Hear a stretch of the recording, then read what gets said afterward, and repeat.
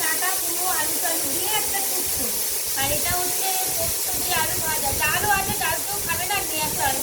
এটা হচ্ছে মুরগির মাংস, এটা দাদাদের বাড়ি থেকে দিয়ে গেছে। আর এটা হলো আম, কি বলে, টমেটো, কাজু, কিশমিশ, খেজুর দিয়ে চাটনি। এটা হচ্ছে দই, আর এখানে আছে মিষ্টি। আর প্রেশার কুকারে হচ্ছে খাসির মাংস। আমার বাবা বলেছে এই হলো পাঁপড় ভাজা। এই পাঁপড় ভাজা বাচ্চা বড় সবাই মিলে খেয়ে নিয়ে একটু কমে গেছে। তো চলুন ভাত টাত বেড়ে নিই, সবাই খেতে বসেছি, তারপরে আবার দেখা হবে।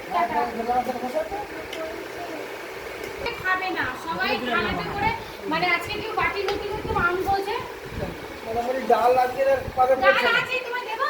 না, পাতে পড়বে না। না আজকে সিঁড়িতে যাচ্ছে, ওটা দেখি সিঁড়ি দেবো না, সিঁড়ি না দেবো। না, হ্যাঁ আজকে আর বাটিতে করে কেউ খাবে না, সব এমনি করে নামানো হবে। ওই জন্য একটু মাছটা দেখে দিতে হয়, বসে আছে। কি প্রেসার কুকারটা খুলি, এমনি রাখো, পরে দেখা যাবে।